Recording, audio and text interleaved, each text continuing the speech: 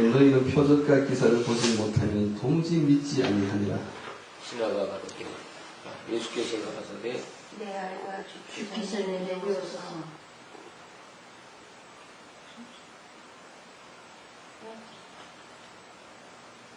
49절 읽으시오. 네, 49절 신하가 가로되 주여 내 아이가 죽기 전에 내려오소서.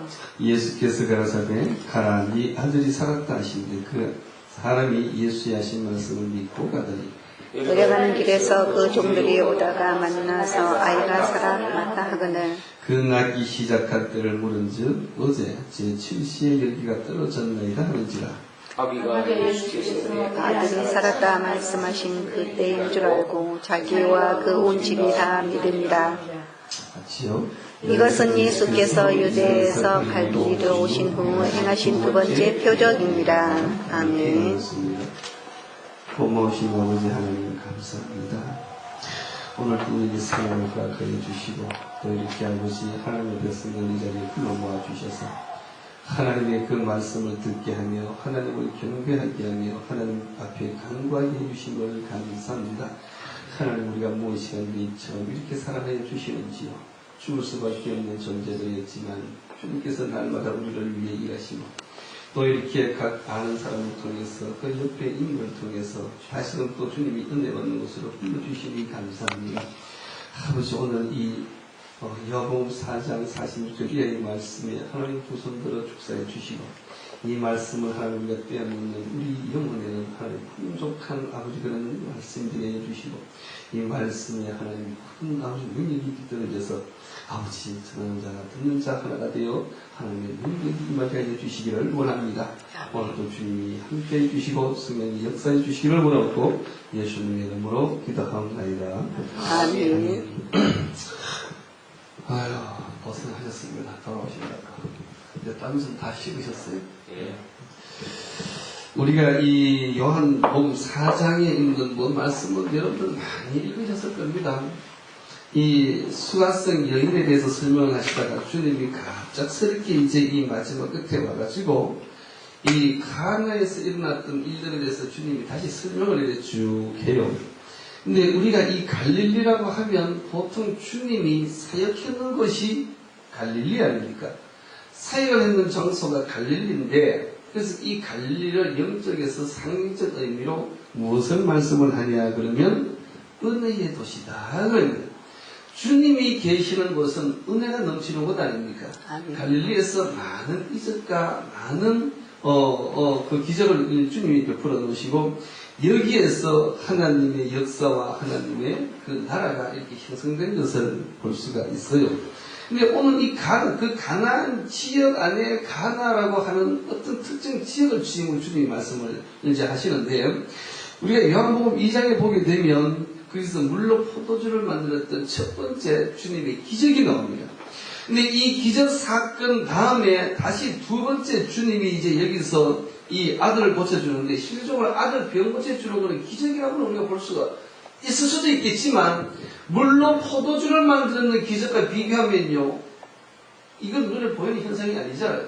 누구 개인인데는 표적으로 될 수가 있겠지만 대상을 여러 이 한 그 대상을 놓고 볼 때는 이게 나타나는 게 아니란 말입니다. 근데 여기서 이 가나라고 하는 이 지역에서 주님이 오늘 말씀을 하시는 것은 뭐냐면은 하나님이 특정한 정말 그 은혜를 받는 오늘날로 말하면 교회가 될 수가 있고요. 또 각자 또 개인의 이 생활이 될 수가 있는 겁니다.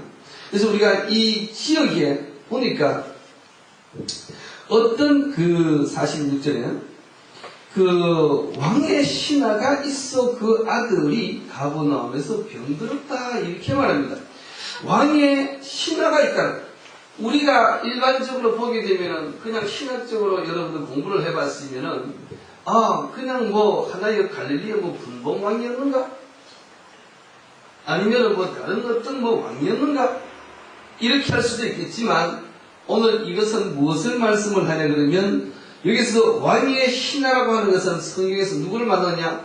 왕은 누구예요? 왕은 누구야? 우리의 왕은 예수님밖에 없습니다. 근데 예수님밖에 없는데 우리가 조선시대에 보게 되면 사극이 나오잖아요. 사극에 탁 보면 왕이 밑에 신하들을 촥 거느립니다. 근데 이제 그 시험 제도를 통해 가지고 이 관료를 뽑는 것도 있지만 임금이 특별히 학식이 이게 풍부하고 또 이 견문이 넓은 사람을 자기가 이제 그 등용을 시킬 것 아니겠습니까? 그러면 신하라고 하면은 신하는 누구의 입을 대신해야 돼요? 왕의 입을 대신하고 왕의 일을 대신해 주는 게 신하입니다. 왕은 아무에게나 일을 안 맡겨요. 내가 나가서 내 뜻을 깨달아서 내 일을 할 수 있는 이런 사람을 관료로 맡깁니다. 예를 들어서 지금 박근혜 대통령이 있지 않습니까? 그러면 그 대통령이 사람을 맡길 때에 아무나 맡깁니까? 내가 지명을 할 때에 아무나 그 사람을 지명을 하겠어요? 우리가 예수님을 믿는데 교회를 경영합니다. 교회를 경영하는데 목사님이 아무나 그 장로를 세웁니까? 오늘날 기도 안 하고 사람의 이렇게 인지상정에 매여서 장로를 세우다 보니 교회가 오늘날 문제를 많이 일으키고 있지 않습니까? 사람을 배신하잖아요. 근데 이거는 교회라고 하는 것은 내 개인의 어떤 내가 사생활의 어떤 공간이 아니라 이 교회는 하나님의 나라를 대신해서 여기서 지금 경영을 하는 거예요. 그러면 이 안에 목회자는 내 개인의 생활을 하면 안 돼요. 목회자로서의 벌써 등용이 딱 된 사람은 그 삶은 어떤 사람이 돼야 되냐? 공의의 삶이 돼야 됩니다. 근데 목회자라고 하면서도 오늘날 이 공의의 삶을 살지를 않아요. 목회자라고 하면 내가 하나님의 일을 내가 대신 한다고 하면 어떤 사람들 앞에 내가 사상을 내가 전가시킨다고 하면 내가 이 사람들 앞에 영향력을 끼친다고 하면 그 사람은 그때부터 자기 개인 생활을 가지고 있으면 안 돼요. 그래서 하나님의 일을 하는 사람은 무엇을 해야 된다? 항상 하나님을 생각하면서 내 생활로 통해 가지고 하나님 앞에 내가 이거 범죄하면 되지 아니할까? 다른 사람이 내 모습을 보고 오히려 우리 주님을 욕먹이지는 아니할까? 이것은 끊임없이 이걸 생각하며 살아야 됩니다. 여기 거기다 보니까 목회자입니까? 저도 요즘 그런데 주님이 우리를 불러주셔서 목회자로 세우셨을 때는 우리 각자 개인 일하라고 주님이 불러주셨나요? 우리는 주님으로부터 사명을 받았으면 그때부터 어떻게 돼? 내 뒤에 세상 일은 일단은 끊으셔. 내 가정의 생활이 힘들다? 그러면 이 가족이라고 하는 것은 구성원 아니에요. 나를 따라오는 존재들 아닙니까? 그러면 가족이 나에 대해서 충분히 여기에 대해서 이해를 못해주고 따라오지 못한다 그러면 어떻게 돼요? 가족하고는 결별할 수도 있는 그런 마음을 가져야 되는 거예요. 근데 오늘날 목회하시는 분들이 보게 되면 주님의 일은 온데간데 없어요. 내 생각이에요. 세상 사람하고 똑같이 해가지고 교회도 그냥 내가 직업 전선에서 돈 벌어먹는 것과 같은 이런 마인드를 가지고 있어요. 이런 마인드를 가지고 있으면 주님하고 나와는 관계가 없습니다. 오늘 왕의 신하로 우리를 부르셨잖아요. 신하는 주님의 뜻을 이어받지 못하면 안 되는 거예요. 아니 내가 등용을 시켜놨는데 이 등용을 시킨 자가 왕의 입을 대신해 놓으랬을 거예요. 왕이 할 일을 이 사람이 대신 재무부 장관을 맡고 법무부 장관을 맡아가지고 이 백성들을 편하게 이렇게 삶을 살도록 만들어줘야 되는 것이 신하인데 신하다 보니까 신하의 역할을 하지 못하요. 주님이 어떻게 그 사람을 데리고 일을 하겠습니까? 하나님의 나라는 그렇게 간단한 나라가 아니에요. 이 땅에서의 정치야 잘하면 경제가 조금 이렇게 힘들고 사람이 좀 이렇게 손해보는 게 있겠지만 하나님의 나라는 그런 나라가 아니야. 그런데 오늘 여기 가버나움에 지금 이 도시에서 주님이 지금 사역을 하는데 왕의 신하가 있는데 이 신하가 그 아들이 가버나움에서 병이 들어 탁 이렇게 하면서 지금 주님을 빨리 좀 오시게 지금 하는데 지금 병이 들어서 곧 죽으려고 합니다. 그런데 이 병이 보니까 병명은 안 나왔어. 다른 데 보면은 문둥병이다, 유축병이다, 병리 이름이 나오는데 여기서는 병들었다 소리가 안 나요. 그러면은 지금 여기 이 신하가 주의 일을 하는데 주님의 뜻은 잘 이렇게 받아들였는지 모르겠어요. 그런데 보니까 통치를 제대로 못했는 것 같아요. 자기 아들이 지금 병이 들었는데 이 병이 무슨 병이었습니까? 이 병은 죄병이잖아요. 목회자는 성도들이 죄를 짓지 않도록 세상이 뭔지 교회가 뭔지 철저하게 이것을 가르쳐줘야 돼요. 그런데 성도가 죄를 지어도 그만 그냥 네 멋대로 살다가 주일날만 그냥 나와가지고 예배나 참석해라. 이래 가지고 어떻게 그 사람이 죄를 안 짓습니까? 목회자인 우리도 날마다 기도하지 아니하고 하나님 앞에 이렇게 말씀 보지 아니하고 그 말씀으로 살려고 노력하지 아니하면 우리도 죄를 짓는데 하물며 그 어린 사람들이야 오직이나 죄를 짓겠습니까? 이렇게 해놓고 우리가 신앙생활을 한다. 지금 이렇게 말합니다. 이 병은 오늘날 사람들이 교회는 다닌다고는 하나 믿음 없는 행동들을 얼마나 합니까?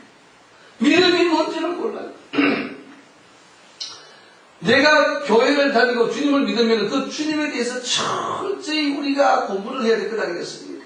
정말로 주님은 어떤 분이고 하늘의 그 세계는 어떻게 움직이시는 것인지 이쪽에는 전혀 이 관심이 없고 세상 사람을 따라가는 삶을 사는 거예요.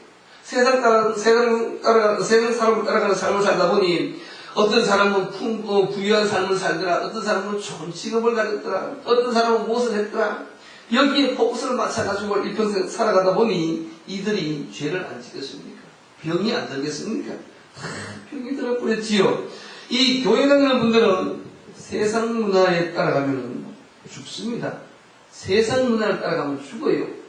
우리가 육신이 죽는다는 것이 아니라 우리의 벌써 정신이 사고가 다 죽어버린다라고 하는 겁니다. 그래서 주님은 성경에서 말씀을 하기를 뭐라 그러니까 땅의 것을 생각하지 말고 하늘의 것을 생각하라. 땅의 것을 썩어져가는 이 구석을 너희가 버리지 아니하면 절대로 하늘의 그 천국은 소유하지를 못할 것이다. 오늘 주님은 이렇게 말씀을 한다는 겁니다. 그래서 우리 성도는 이 세상에 대해서 좀 몰라도 돼요. 우리가 이 세상에 지식이 없다, 공부를 좀 못했다 그러면 거기에 이렇게 열등감을 가지고 있는데, 아니 이제까지 공부를 못했는 분들이 세상 공부를 다 어떻게 할 거야? 그러면 자기가 이제 늦게라도 하나님의 사역을 이렇게 소명을 받았다 그러면 하늘의 것은 알아야 될 건 아니겠습니까?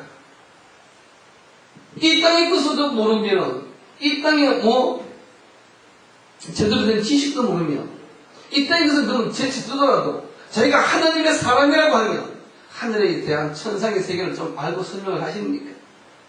하나님이 태초에 우주는 어떻게 만드셨고 천사들은 어떻게 만드셨고 나는 어떤 존재로 태어났고 나는 왜 이렇게 태어났으며 나는 뭐 하늘에서 무엇을 했으며 이 다음 세계관은 내가 어떻게 가져갈 것인가? 여기에 대해서 고민을 한번 해보셨습니까?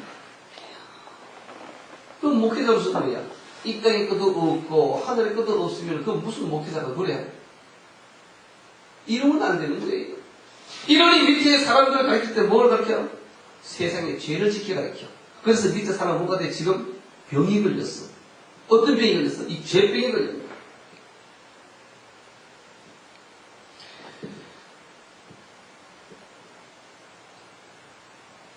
여기 보니까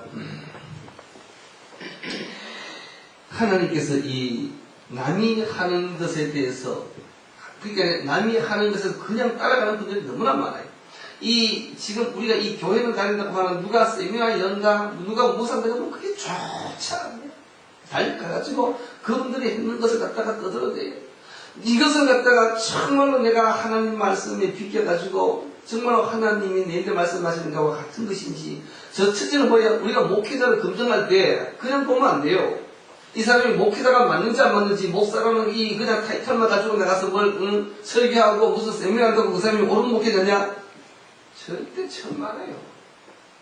우리 영역이 뭘 해야 된다? 우리가 먼저 그 사람이 옳은 사람인가 그런 사람인가 보게 되려면 하나님 앞에 먼저 무릎 꿇고 기도를 해보셔요. 저분이 정말로 하나님으로부터 소명받는 목사님이십니까? 하나님께서 정말로 저분과 같이 함께하는 자신입니까? 아니 그렇게 해도 지금 가짜들이 막 나오는 판국에 이런 기도도 안 해보고 그 사람의 영적으로 진단도 안 해본 상태에서 그 많은 사람들이 오늘날 이름이 있다고 알려졌다고 해가지고 저 사람의 학교는 어디서 나왔다고 해가지고 그 사람의 가르침을 이렇게 받는다고 하면 이 사람이 주님의 가르침을 받는 거예요? 인간의 마귀의 가르침을 받는 거예요? 이걸 알아야 될 것 아니겠습니까? 그래서 주님이 호세아서에서 무엇을 공부하냐면 우리 호세아서 4장 한번 펴보셔야 합니다. 호세아서 4장. 이 호세아서에 한 번씩 이렇게 성경을 찾아봐야 또 이게 보이는 게 있습니다.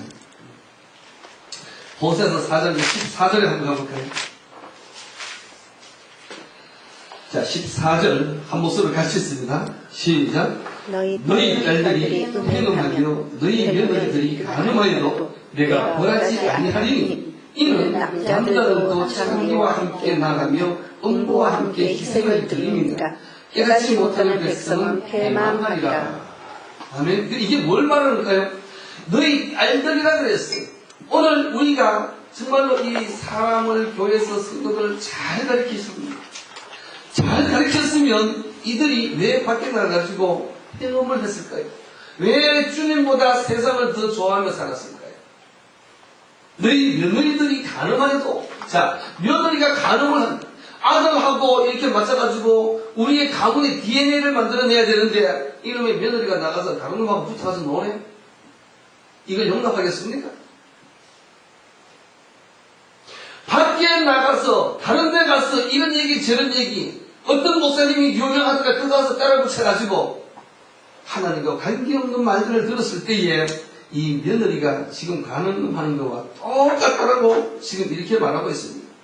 여기 남자들도 창기와 같다고요. 지금 남자는 뭐예요? 남자는 우리가 족보상으로 보면 그 가문의 씨를 내려갈 것 아닙니까? 저가 권씨 같으면 권씨가 장가를 가서 아들을 놓고 그 아들이 다시 또 어디 권씨는 천천히 내려가는 것 아니야.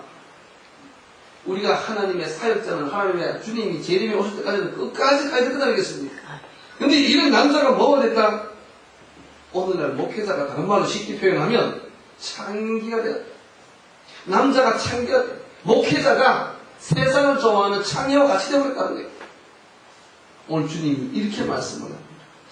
이렇게 말씀을 하고 우리를 보고 하시는 말씀이 우리는 항상 하나님을 뭘 보려고만 이야기해.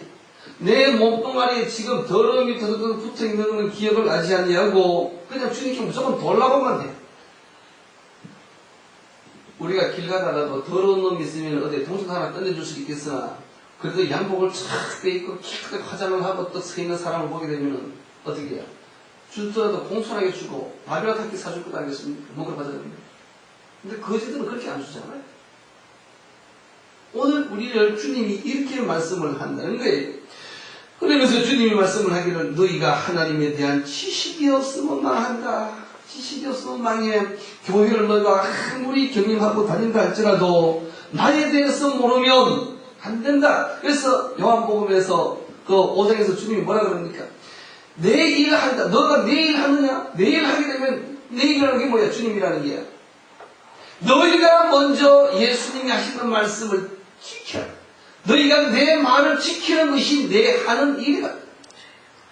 근데 우리가 보면 우리가 주님의 일을 주님의 말씀을 지킵니다. 내가 안 지키는 거예요. 내가 안 지키면서 무슨 누구에게 우리가 주님을 믿으라고 그러지 않습니까? 그래서 주님이 그러잖아요. 네가 전도해가지고 교회에 데리고 오면 너 보다가 더 배나 지옥 자식으로 만들어내느니라. 뭐 모르니까. 인문주의를 가르치는 면 그런 우리 새끼가 집가에서 가르치는 거나 교회에서 가르치나 다른 게 뭐 있냐는 거예요. 오늘 우리가 사람들이 보면 우리는 항상 육신의 이 병만 이렇게 사람들이 자꾸 생각을 해요.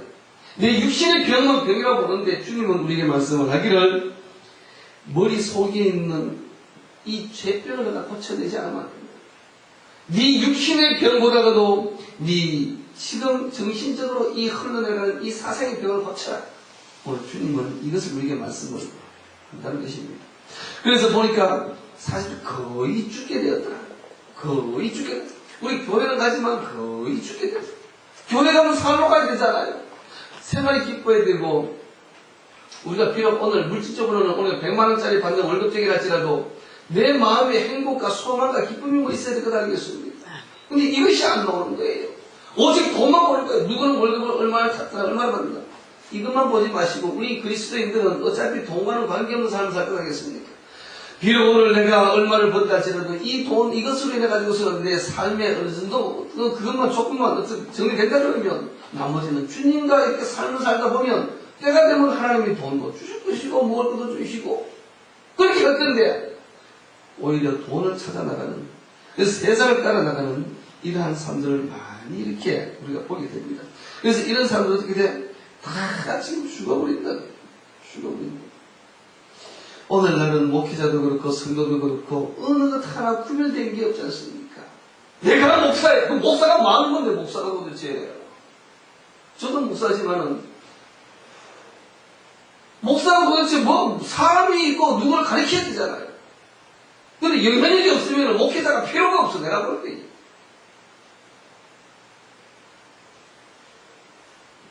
오늘 48절에 보면 주님께서 이렇게 말합니다. 예수께서 가라사대 너희가 표적과 기사를 보지 못하면 도무지 믿지 않는다. 그래서 우리는 사람들은 항상 이렇게 보면 그 사람이 은사가 있어야 됩니다. 뭐가 있어야 됩니다. 눈에 뭐가 보여? 하다못해 저 사장이 와가지고 능력을 베풀어도 거기에 있으면 거기 가야 되는 거예요.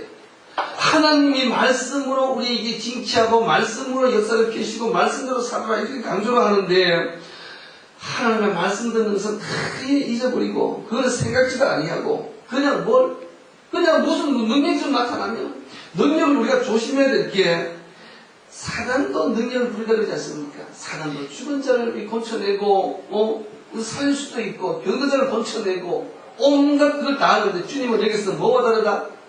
말씀과 다르다. 말씀으로 살아라.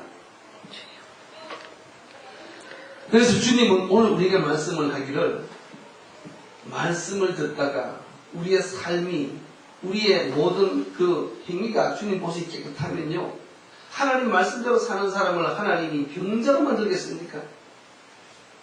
병자로 만들겠어요? 제가 볼 때에 하나님 말씀대로 뭉쳐 살아갈 때는 추하게 살아가는 모습은 안 보입니다.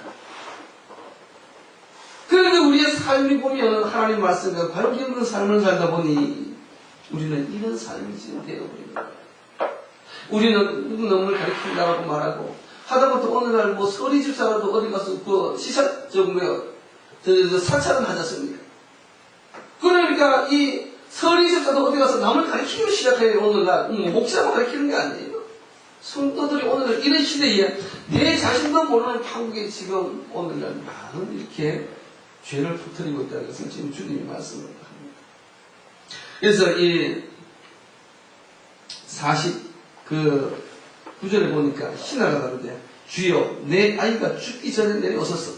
이제 이 목회자가 이제 기도합니다. 하나님 앞에 뭐라고 기도하냐?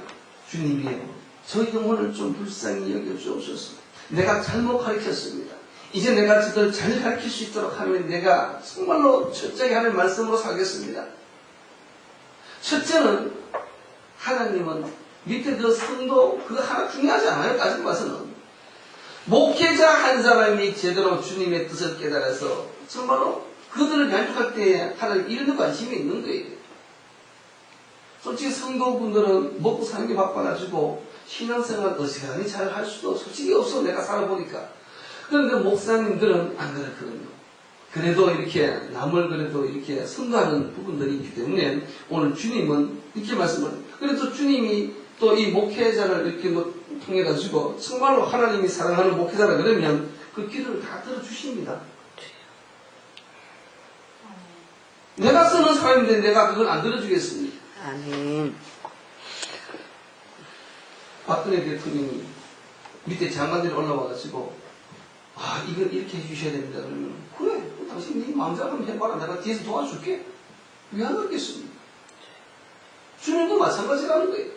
내 일하고 날 기쁘게 하는 자인데 주님이 안 해주시겠습니까? 주님이 그 목사님이 하는 말은 주님이 다 이렇게 역사를 해주신다는 거예요. 그러니까 주님이 뭐라고 말씀을 하냐?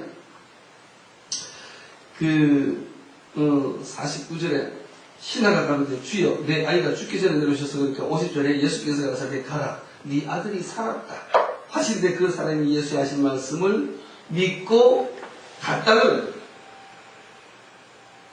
우리는 정말로 그 환자를 이렇게 보게 되면 정말 주님 앞에 아뢰는 게 우리가 뭐 솔직히 능력이 있습니까?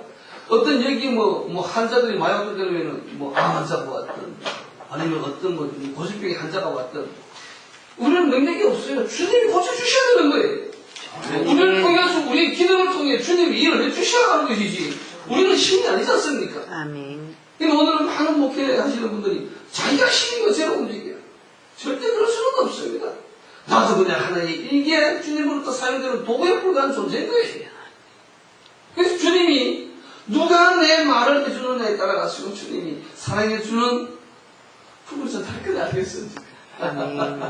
우리 다 하나님 앞에 사랑받는 저 여러분 되시길 바랍니다. 아멘. 그래서 주님이 이 야고보서 5장 14절에서 16절에 보게 되면 의인의 기도는 역사하는 힘이 크다 그러지 않습니다. 그래서 기도할 때에 목회자들과 간다면은 정말 좋은 이미지 속에서 또 좋은 감정 속에서 이렇게 하시기를 바랍니다. 그래서 51절에 보니까 이 내려가는 길에 종들이 오다가 만나서 아이가 살았다 하거늘 그 낳기 시작한 때를 물은즉 어제 제7시의 열기가 떨어졌나이다 하는지라. 어째 이렇게 왜 굳이 이 시제를 였을까요? 왜 주님이 이것은 우리에게 말씀을 하는 것은 너희가 완전한 삶을 살 때에 네가 완전한 이 삶의 형태를 취할 때에 그리스도인으로 살 때에 내가 너희 기도를 들어주리라. 그래서 우리는 아주 신앙의 이 아주 좀 밑에 있는 분들은 들어보면 구하는 것이 그냥 땅의 것을 구하잖아요. 그냥 하나님의 좀 직업 잘 되게, 뭐 좀 이렇게 잘 되게, 뭘 잘 되게, 뭘 잘 되게, 다 이런 것만 하셨습니까? 근데 주님은 이런 것에 대해서 큰 신경 안 써요. 오늘 어차피 우리가 한번 태어났다 죽어야 되는 인생 아닙니까? 잘 살고 못 사는 것은 그 사람의 분박에 따라 다르지만 하나님 우리에게 관심 있는 것은 뭐냐? 누가 내 말을 듣냐? 누가 내 뜻대로 살아가냐? 이걸 중요한 것입니다. 그런 자에게 주님이 오늘 이렇게 해주신다고 하는 겁니다. 그래서 이 말씀을 여러분들이 굳게 되새기면서 앞으로 이제는 목표를 하시든 또 인생을 사시든 하나님 기뻐하시는 그런 생각을 하시기를 바랍니다. 아멘. 오늘 말씀 여기까지만 하고요. 우리 235장 자수하고 예배를 마치겠습니다.